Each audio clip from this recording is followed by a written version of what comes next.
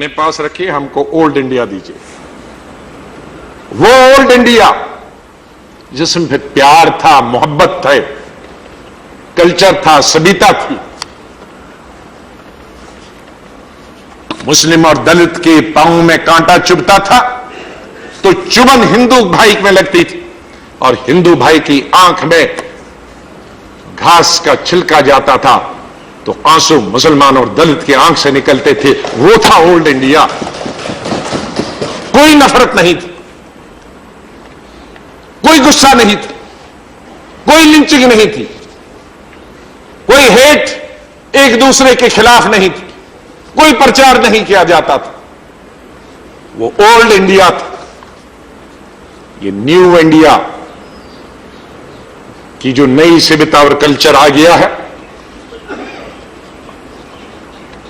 जिसमें इंसान इंसान का दुश्मन है,